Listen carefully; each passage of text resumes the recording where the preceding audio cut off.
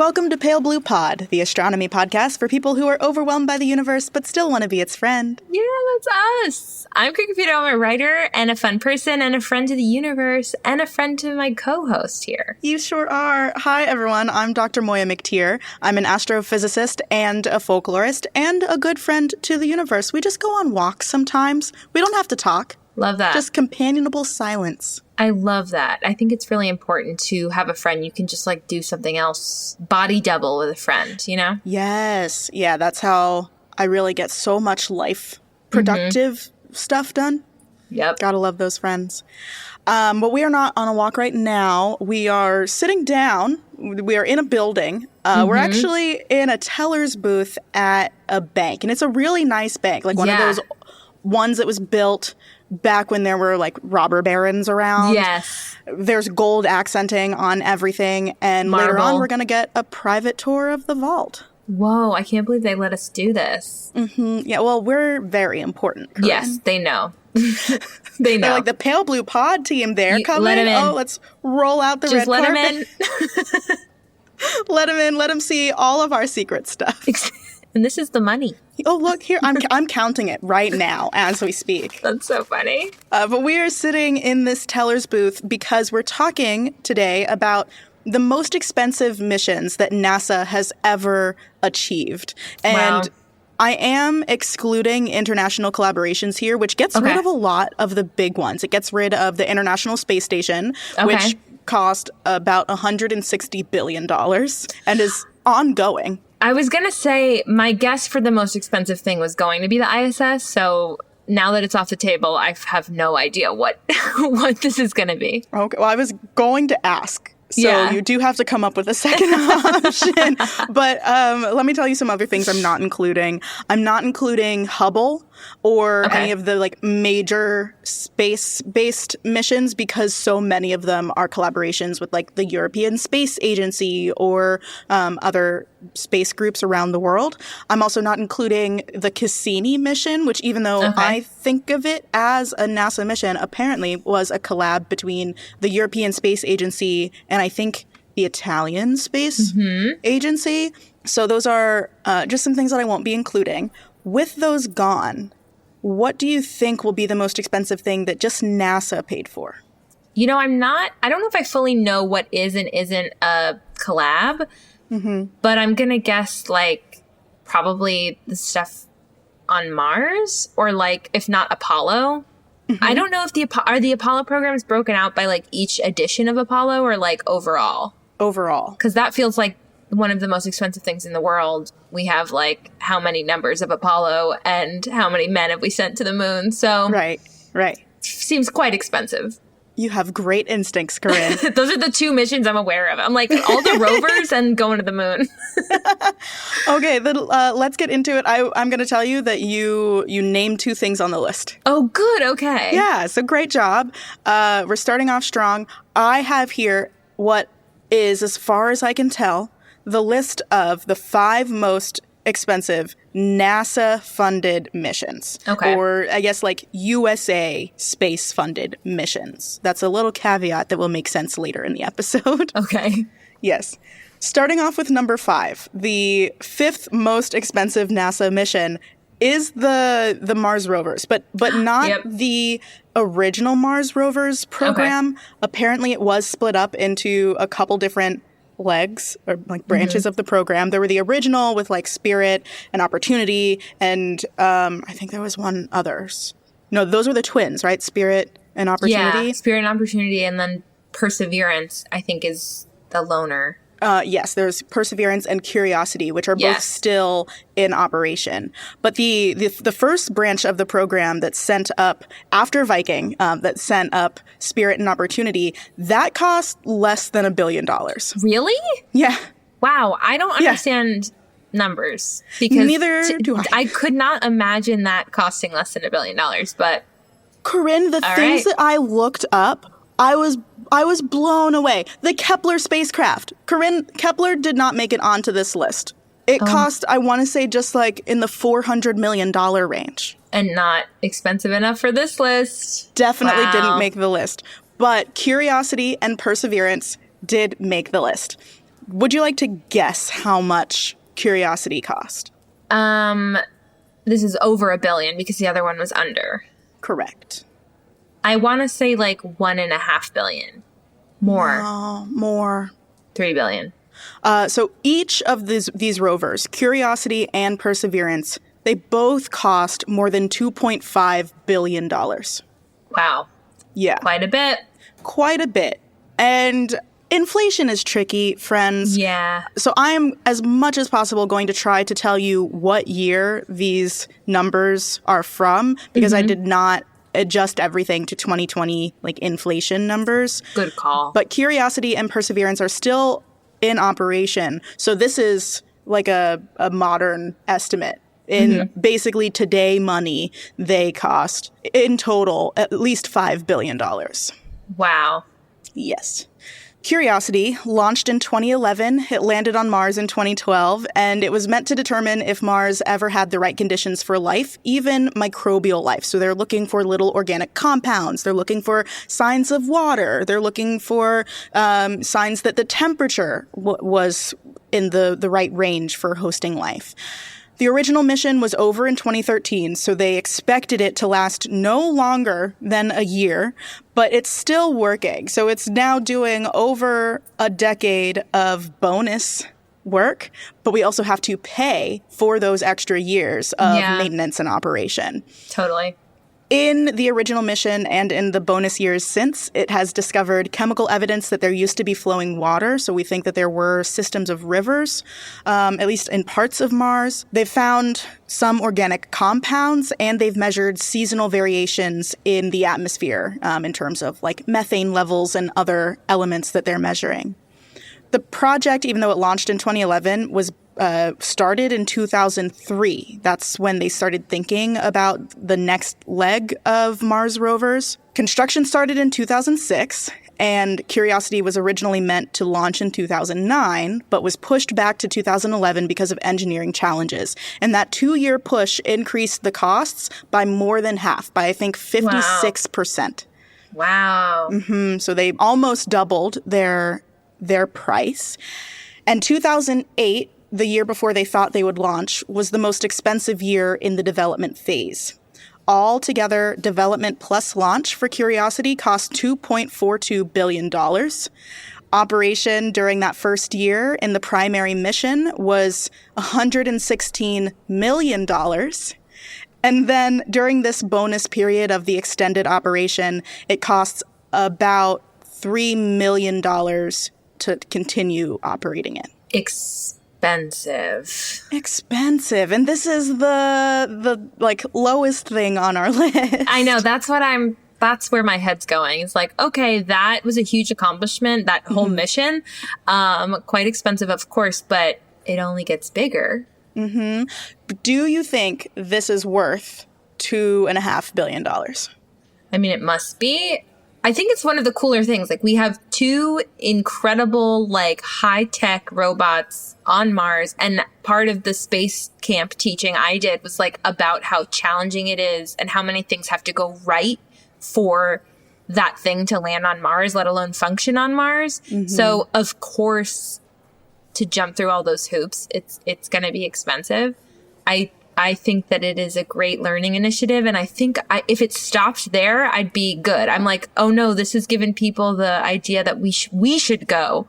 And I'm like, no, let's leave it to the robots. Yeah, we don't need to send any humans there. I'm with you. I do think it was worth it.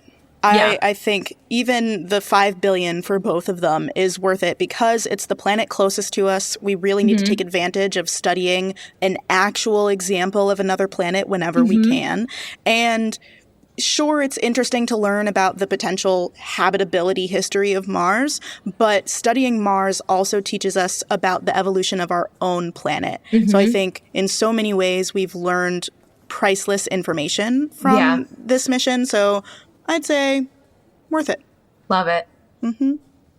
Are you ready for the 4th most expensive mission? Yeah, I'm curious if I'm going to know it.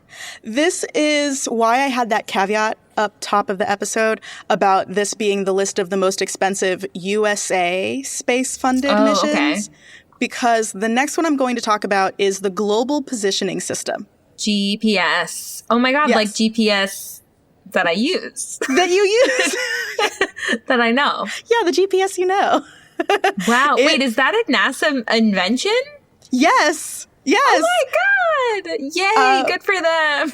Yeah, it's NASA in collaboration with the United States Department of Defense because astronomy has this long history of being involved with the military-industrial complex.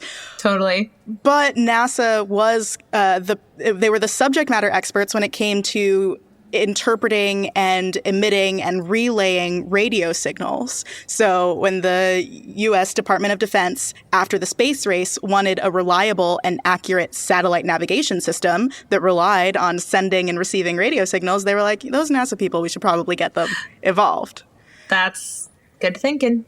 Good thinking. So the idea was conceived in 1973. By 1978, they had the first prototype system launch. It was called the Navigation System with Timing and Ranging, or NavStar. This is what the DoD, involving the Air Force and the Navy, like they collaborated with NASA to get this prototype up.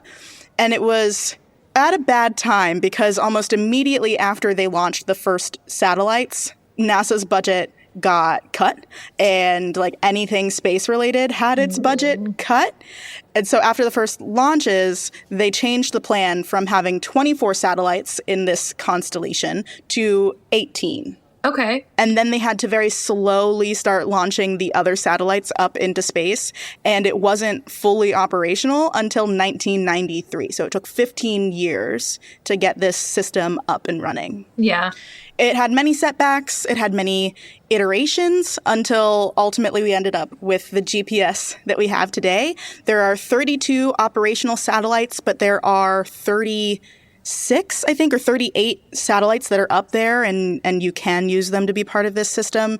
But I guess maybe they like toggle between them so that they get a little break or something. I don't know. Apparently, our GPS is one of 4 global navigation satellite systems. Russia has one, China has one, and the European Union has one. And together, they all create the navigation systems that the whole world uses. So GPS was created by the U.S. Department of Defense with NASA, funded by taxpayer money. It continues to be funded by taxpayer money. And it's shared across the world. It is a social good that we provide for the rest of the world. I am a big fan of what it lets me do, which is drive. Yes. It lets me ride in the passenger seat because I am a princess. Yeah, well, as we know, same. Although my September goal is to sign up for driving classes. So I will. You might inspire me, Corinne, if you do it. If you do it, I'll do it. Do you have a license or no? No, I've never driven. Never driven. So I have a license. I just am scared of it. It's a lot of responsibility. And I think a lot of drivers don't take it seriously enough. Yes. As a physicist, I can't be in a car without thinking about the mass and the inertia of it and like the physics of skidding versus stopping and the elastic or inelastic collisions with another car. Like it won't escape my head, even when I'm just riding in a car. And I'm only thinking about how I'm in a machine. You're thinking way more technical than me, and I'm like, wow, this is a lot of power. Yeah, sometimes knowledge is not bliss. That's why ignorance is bliss. If I didn't know that much physics, I think I would be You think you'd like it? A driver, yeah. That's what I keep reminding myself. I'm like, there are people, not that I dislike anyone, but I certainly might have an enemy that I've self-declared, and they can drive, so I can drive. So true, bestie. Maybe this is my month. I believe in you. Yes. So GPS, it's taxpayer funded. It is not NASA owned. And I couldn't find how much like money or labor hours or whatever NASA contributed to this, but it is a U.S. space-based project. So I figured it would count. Would you like to guess how much GPS cost? How much it costs? Like, wow. Yeah. How much did it cost? That's going to be hard to imagine. To build the GPS system. Well, I know that it's going to be more than $5 billion, right? Mm-hmm. This feels like a $10 billion thing, or like maybe even 20. Yes. Yes. So close. In the range. In the range. Okay. Yeah. Because it depends on who you ask. Okay. The estimate by the Department of Defense is about $14 billion in 1995 money. Wow, that is probably way more now. Oh, it's so much more now. I don't know how much, but like easily 50 billion. But that's what the DoD says. If you ask people who have a more holistic budget view of this, when you account for having to launch extra satellites up for all of the maintenance, for like the salaries and the infrastructure costs, and how you have to pay people to develop new software programs so that you can track these satellites and stuff. The maintenance alone. Mm-hmm. If you account for all of that, the higher estimate is $22 billion in 1995 money. Yeah. Yeah. I can see that. But that is actually just the estimated cost through 2016 when I could find budget information for it. So let's say $22 billion up to 2016 in 1995 money. And in 2024 money, would you like to guess how much it costs to operate the GPS every single year? Every year? Every year. Just to keep it running? Mm-hmm. 20 billion. Oh, wow. Okay. No. 20 billion a year, Corinne? No. Even the U.S. wouldn't spend that. I'm thinking really big. You've adjusted your scale for this episode. 2 billion. Okay. That is still quite a bit of money. It's every single year. We spend $2 billion in American taxpayer money to run GPS so we can drive places. That is a lot of money, but I feel like it's one of those things that can't leave the budget. Like, it's just too important to our lifestyle now. You are correct, because I also found an estimate of what would happen to the economy if GPS broke down. Oh my gosh. What would be the cost in economic losses? And it is $1 billion per day. Per day? Per day. Wow, that's so much money. Mm-hmm. Yeah, they estimate that it's like a $1.4 trillion boost to the economy. Wow. Yeah. Keep it going. So that's GPS. Did you expect that to be on the list? Not at all. I have never thought once about where this comes from. Or how much it costs. Yeah, and I guess I should be more curious about my surroundings, but here I am. As long as GPS can tell you where your surroundings are, that's all that matters. Exactly. But yeah, every day you can wake up and you can be like, all right, the U.S. just spent $2 million on GPS because it's $2 million per day. Wow. Yeah, that's only the fourth most expensive. Yeah. Mm-hmm. Okay, there's 3 more. So we're now at the middle of the list. It is the Space Launch Shuttle program and the Orion spacecraft. Each of them cost $20 billion in today money to develop I have and exciting launch. news, which is that I know something about the SLS, which is that it's Space Launch System. Space Launch System. Ooh, thank you. Okay, then. But I don't think we've ever used it, have we? It has been used once. Okay. I think. Okay. Yeah. So they started developing the Orion spacecraft in 2006, and the SLS, or Space Launch System, started development in 2011 after the Space Shuttle program retired. They did their last flight in like July of 2011. Mm-hmm. The SLS is designed as a heavy lift rocket, so it's the thing that actually pushes the interesting payload off of the ground. And then the interesting payload here is the Orion spacecraft, which is the capsule or home that will house the crew members of the Artemis mission, which is going to take us back to the moon. Mm-hmm. They did launch it in November of 2022, so they used SLS and Orion, but it was an uncrewed mission almost 2 years ago. And they plan to have Orion's first crewed mission they said, no sooner than September of 2025. That was the announcement from earlier this year. Okay, we'll see. Yes, we'll see. Things are always getting delayed, so I hope that this isn't one of them. I'm really excited for the Artemis program.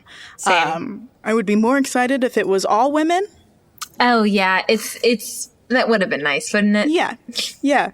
I am of the RBG persuasion, saying, I'll be happy when there are 9. I'll be happy when we have a mission that is all women or like all Black folks, you know? Like, I was just thinking that of specifically the 9 response. Yes. NASA officially reports that the cost of SLS is $12 billion. But again, they're not including everything in that estimate. It only includes the first launch, the initial launch of SLS, and doesn't include the price for future rocket launches, which is It seems important to include. Yeah. Yeah, in a system that is specifically meant to launch multiple times for the Artemis program. So when you account for all of the additional launches, the price tag comes closer to $24 billion. Yeah, that sounds more right. Yes, that's in today money. The Orion spacecraft comes closer to $20 billion in today's money. And then there's another almost $6 billion for infrastructure upgrades on the ground at the launch sites because SLS is it's a chonky boy. It's heavy. So big. You need extra infrastructure.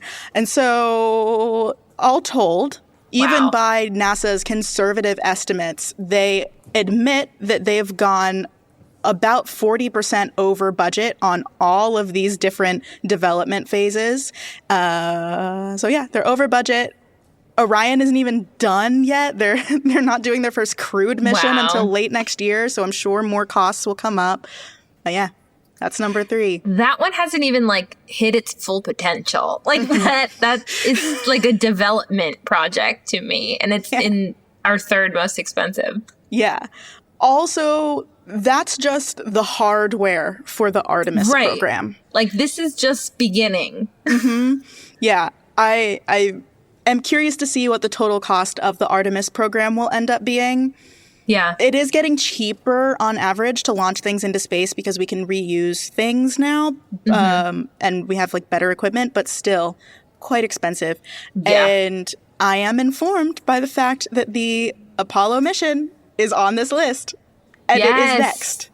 It's next. Okay. It's number 2, so it is not the most expensive. It's not most expensive. Interesting. But if Apollo was the 2nd most expensive program, then I feel like Artemis also has opportunity to be super costly. It too could be awarded the most expensive mission. Hey friends, Dr. Moiya here. Corinne went to check out an old model of one of those coin sorting machines, so I figured I'd take this opportunity to thank our patrons who support the show every single month. So thank you especially to our sun-like stars, Scott Reynolds, Ian O'Leary, Augustin, and Tom T. You're golden, and your mass is perfect. Also, thank you to God Emperor Leto II, who reached the critical pressure necessary to upgrade from a pre-main sequence star to a red dwarf. So thank you and welcome to hydrogen fusion. Patrons get to hear their name on the show, they can make their mark on our patron star chart, and they get research notes for every single episode, all by supporting us, Pale Blue Pod, on Patreon, and that's just about $1 per episode. But we also offer an annual membership, so if you sign up for a whole year up front, you end up getting a 13% discount across the entire year. That is 1% for every constellation in the sun's path across the sky. You can find our star chart, Patreon info, and more at our website, palebluepod.com. Or if you already know you want to and can support us financially, then you can head on to patreon.com/palebluepod. We would really appreciate it. But of course, if you can't support us financially right now, that's fine. We still love you very much, and you are very much still space. There are other ways that you can support us and help the show grow, like rating and reviewing the show on whatever app you use, and by copying the link to this episode and sending it to a friend or a coworker or a family member who you think would actually enjoy it, because word of mouth recommendations are so powerful. I know that because I often start listening to podcasts that my friends recommend, like Spirits. It's a podcast that I listen to every single week, and I started listening to it because a friend recommended it to me. And now, look at me, I'm part of the podcast collective that Spirits is in. That podcast collective is called Multitude, and we are a collective of independent podcasts. So we get our own funding from listeners like you, and from shows and from merch, not from big companies standing behind us. And if you support Multitude, then you support all of the shows in the collective. They actually fronted the starting costs for Pale Blue Pod when Corinne and I started making it. And so they really are supportive of all of their shows. And the best way to support Multitude is to join the Multi-Crew. That is our exclusive club of cool, curious people. Multi-Crew members get exclusive access to bonus content like Head, Heart, Gut, the show where all the Multitude hosts compete in fun and funny debates. I just recorded the debate for the month of October, which is all about the best classical monster, and I'm not going to tell you what I was arguing on behalf of, but I will tell you that I won that argument handily. So check out Head, Heart, Gut by joining the Multi-Crew. You would also get other perks like game streams and hangouts with show hosts, including yours truly. You get discounts on Multitude merch and access to our awesome Discord community. So you can join the Multi-Crew at multitude.productions/multicrew or at the link in this episode's description. All right, Corinne is back. I'm going to see if she's pocketed any coins. I doubt it, but I am going to ask, and then we'll get back to the show. So the Apollo program, I'm just going to tell you the price tag up front here. It's estimated that the Apollo program altogether across 17 different missions, and all the spacecraft they used and all of the personnel who maintained and operated things from the ground, that it cost $26 billion in 1973 money. Wow, that 26 billion in 1973. That's so much money. By some estimates, it's more than $250 billion of 2020 money. Wow. Yeah. But that is kind of in the realm of how expensive I would have guessed Apollo was. Really? I think I would have said $100 billion, which sounds like a made-up number when you say $100 billion. But I think I would have said a big number, and that is, in today's money, less than what it was. Yeah. It operated from 1962 to 1972, and there were 17 missions. Apollo 7 was the first crewed flight, so they sent people out into space in probably just low Earth orbit just to test the system controls and to test if they could live broadcast from space. So they streamed this first flight. Yeah. Mm-hmm. I think it ended, they were up there for less than a day, and something like 12 or 15 hours in, 2 of the crew members got a cold, which sucks. Yes. Sounds like it would suck in space. Imagine sneezing in microgravity. No, thank you. I hate that. Well, I was watching a space movie once, and I think it was the Apollo movie, and a guy almost had a cold, so he couldn't go on the mission, and he thought he was going to the moon, and it was sad. That would be sad. I would fake it. I'd be like, no, I'm totally fine. No sniffles. Not me. Not me. Mm-mm. You're not ruining my my entire life plan just because I coughed. Maybe that's selfish of me. No, I understand the internal need to be like, I'm going to the moon today. Yes. I put it on my to-do list. I'm going to get it done. Yeah. Or we're all going to the moon tomorrow. But it's not going without me. Yeah. We are most certainly going to do an episode about the Apollo program. I think that's a necessity on a space podcast. But here's how the budget broke down. Okay. They spent $8.1 billion, again, 1973 dollars, on just building the spacecraft. Okay. They spent almost $9.5 billion on building the launch vehicles, so the rockets that would take them up into space, and the big tower that it leans on, and all of the fuel and stuff. So that was $9.5 billion. And then $3 billion in development and operations, so personnel, salaries, all of that stuff. Oh, wait, no, that's not. That's just operations, separate from salaries, because they spent $5.2 billion on personnel, on the facility management, on the overhead. So when you apply for a grant in science, you have to expect that anywhere from 15 to 60% of the money you get actually goes to your home institution for taxes maybe and management costs, but there's a whole chunk of money that just goes away when you apply for these grants. Aw. Yeah. Bye. Yeah. So you end up asking for more than you need so you can cover the cost of that overhead. Totally. That's how, as a contractor or freelancer, I'm like, let me account for the taxes I'm going to owe. So smart. Ask for more. So smart.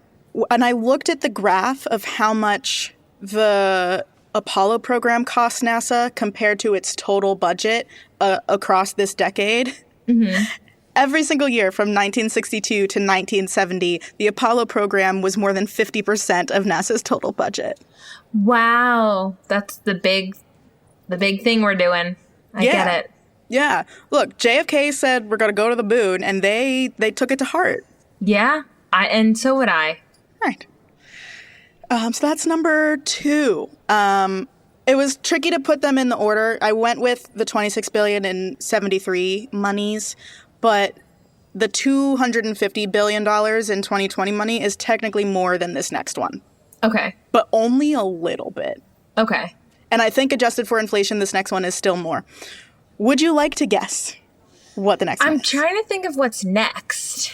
It's not the ISS. It's not the ISS, but it is something that you have heard and talked about before. What's an episode that we've been saying we're going to make of Pale Blue Pod, but we don't want to? We keep putting it off. It would make us sad. Is it Challenger? Yes, which was part of the Space Shuttle program. Yes. Which I connect so tightly to the ISS. Because it did help build the ISS. Yeah. Mm-hmm. But the cost that I said earlier, $160 billion for the ISS, that's not including the Space Shuttle program to take it up there. Yeah, totally. Okay. The Space Shuttle program, which retired in 2011 after operating for 30 years, cost $209 billion in 2010 money. In 2010 money. Wow. Mm-hmm. So way more now because inflation has accelerated. It's been a crazy 20 years. Mm-hmm. But it did a lot. It operated from 1981 to 2011, and it would shuttle cargo from Earth to the ISS and to other low-orbit destinations, like the Hubble Space Telescope. We were able to fix Hubble, in part because of the Space Shuttle program. It carried 355 different astronauts on 135 different missions. It had 6 different shuttles: Atlantis, Discovery, Endeavour, Challenger, RIP, Columbia, and Enterprise.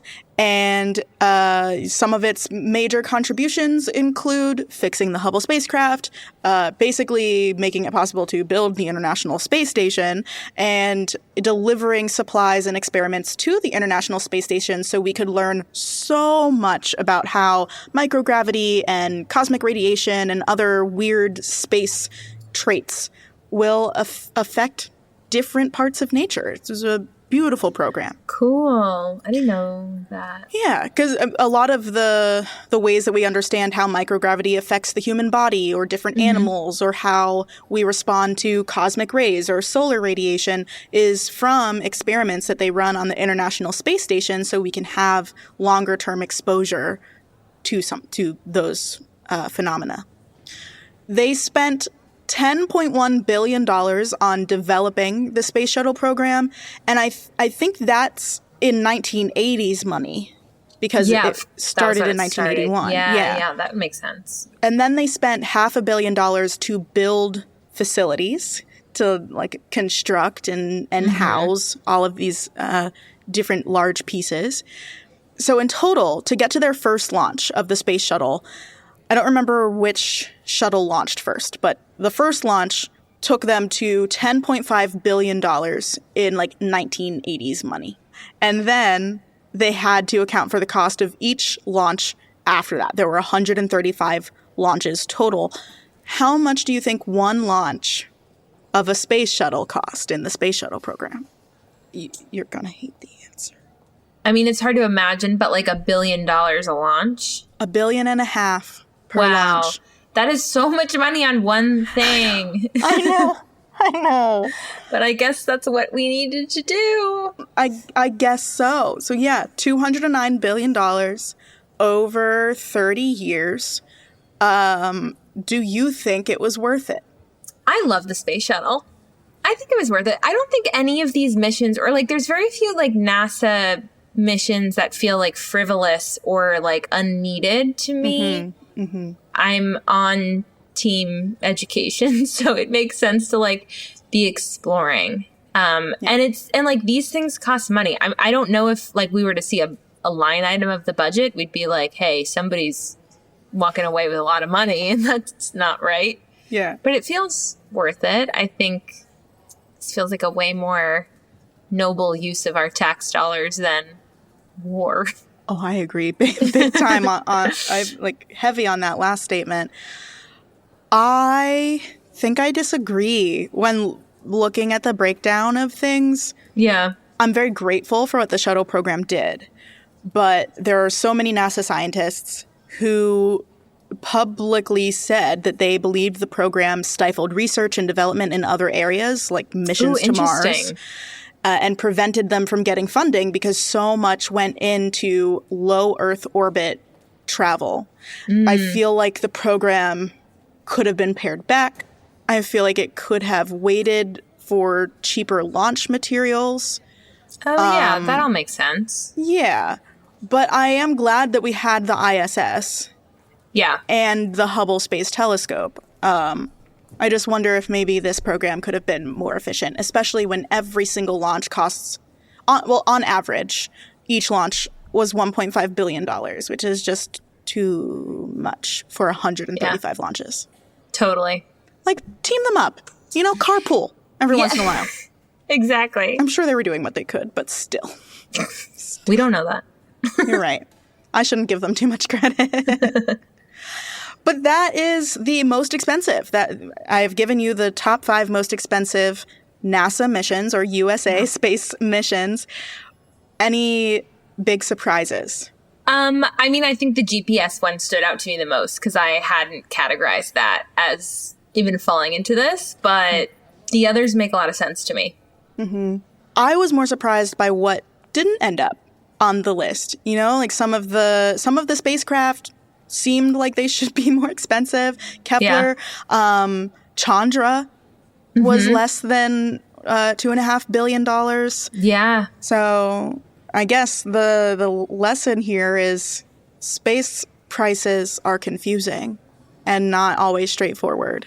Yeah, and they're not intuitive. Like, I feel like I could look at a shirt and know what I want to pay, but I can't really look at a mission and know what's going into it. No, clearly neither can NASA because they keep underestimating their budgets.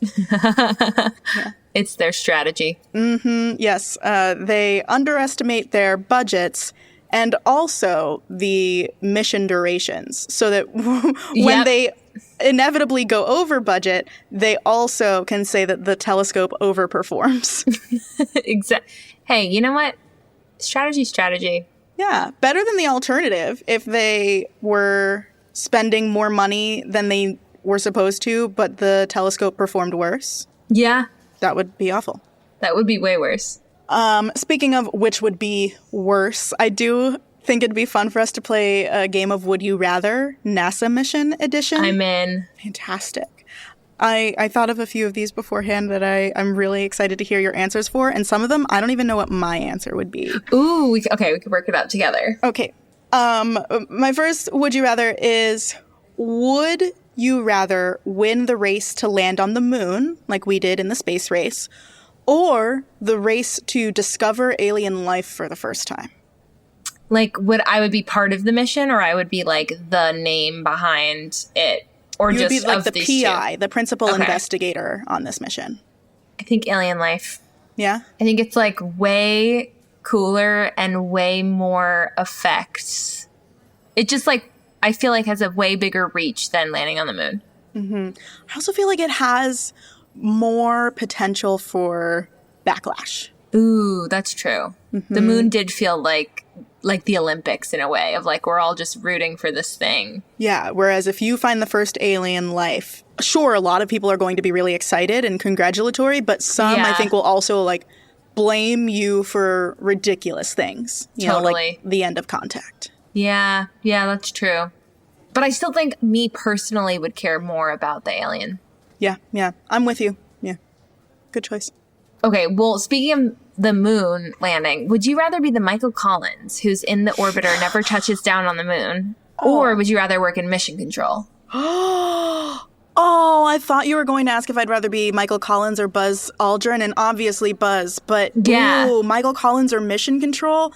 That feels like the difference between the silver medal and the bronze medal at the Olympics, right? Yeah, like they're both of them are not the dream version. Yeah. Yeah. But paradoxically, the silver medalists usually are more upset because they were that much closer to the gold. Exactly. Oh. But no, I'm going to go Michael Collins. I would rather have the experience of being the only person in a moment who can see that sight. Totally. Over Mission Control. I think I would go Mission Control. Ooh, why? I think my ego. I think I would have a really hard time being the one who has to stay in the car. That's fair. So few people know Michael Collins' name. I know. Okay, that does bring me pretty well to my next Would You Rather, which... Do you know the myth of Cassandra, the Oracle? Yes, she could predict the future or would say things, but no one believed her. Yes. So I thought of this Would You Rather inspired by Cassandra. Ooh. Would you rather launch your dream telescope into space for just $1, but no one will ever believe any of its findings? Oh my gosh. Or would you rather pay an average price to launch your telescope, but know that its data is wrong like half the time? Wow. Probably dream telescope because it would only cost me $1 and I would know that the things are right. Mm-hmm. Oh, they but both no are one hard. else would. And then any finding that it makes is basically lost because no one will believe that truth. But it's so embarrassing to have a telescope that's wrong half the time. Yes. Yeah, I think dream telescope. Mm-hmm. Okay. What about you? I feel like I should have worded this question differently because I don't want either of them. I mean, that's what a good would you rather is. It's like, well, none. So here's the thing. My favorite activity is like knowing something correctly. I live for that. But when I really dig down deep into it, I think the root of that is that I enjoy when other people know that I know things. Oh, okay. Yeah. So if no one else would believe me when I knew things, I think I would just get too sad and frustrated. I would lose it. Yeah. Yeah. I would not be able to handle the Cassandra curse. So I think I have to, get a telescope that's going to be wrong half the time. And then at least people might be motivated to like double check and investigate. Confirm. Yeah. Corinne, would you rather build a telescope out of sand or out of glitter? Build a telescope out of those materials. Assuming it like works out, right? But you are then going to have to be... A telescope will come out of this. Yeah.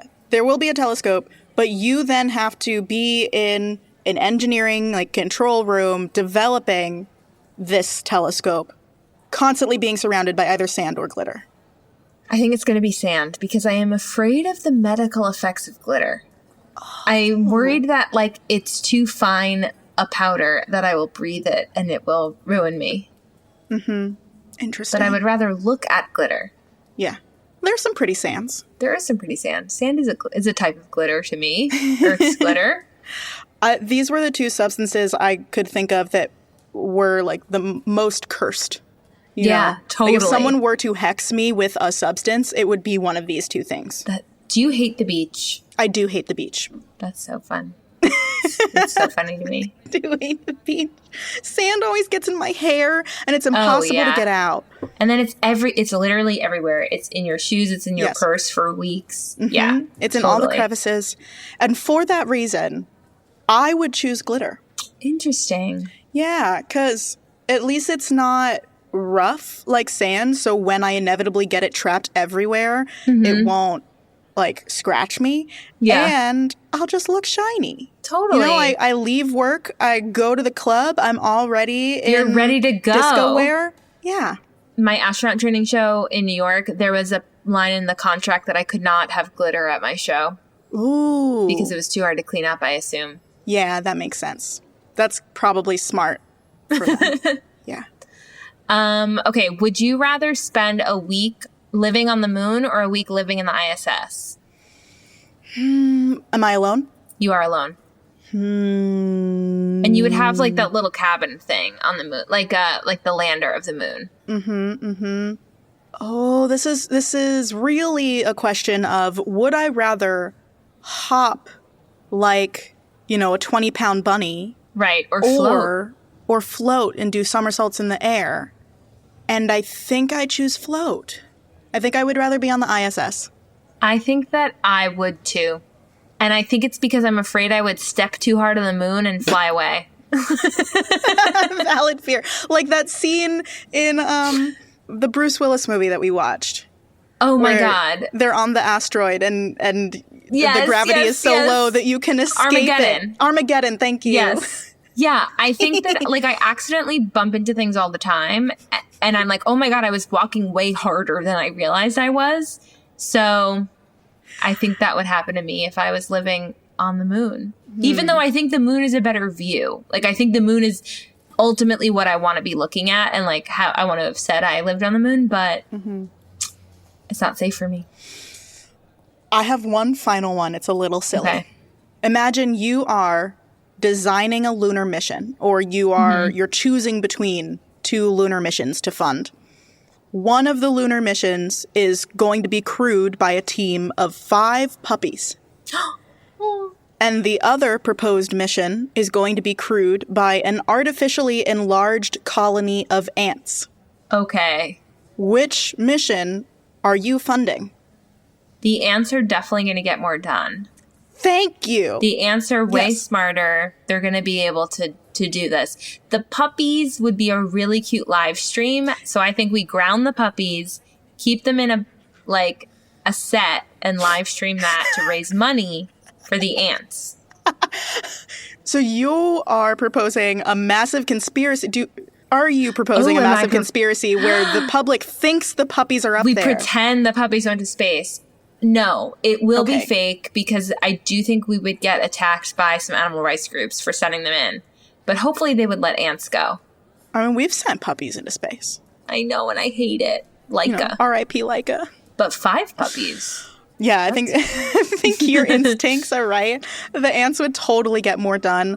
I did look it up, and ants are some of the most intelligent insect species on the planet. So they're really good at teamwork. They can build structures with their bodies. If I were a smart NASA person, I would fund that mission. But the idea of the live stream, the puppy live stream, that's brilliant. That's cute. And we can do that for cheap. That can be just like a low Earth orbit mission, kind of like Apollo 7, where they were testing out the broadcast capabilities. Totally. Aw, the puppies. That's all I have. That's all I didn't know, I guess. So I'm excited to get this tour of the bank, and I've been eyeing the lollipops that they have out. Oh, yes. I have been eyeing the cash. So let's go. Mama needs a new time machine. And listeners, wherever you are, I hope you are spending less money than NASA, and I hope you remember that you are space. Yeah, you are.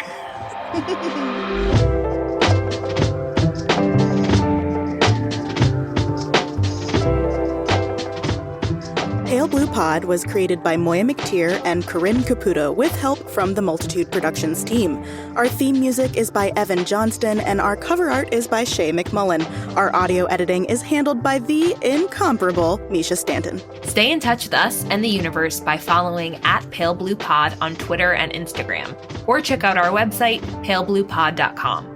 We're a member of Multitude, an independent podcast collective and production studio. If you like Pale Blue Pod, you will love the other shows that live on our website at multitude.productions. If you want to support Pale Blue Pod financially, join our community over at patreon.com/palebluepod. For just about $1 per episode, you get a shout out on one of our shows and access to director's commentary for each episode.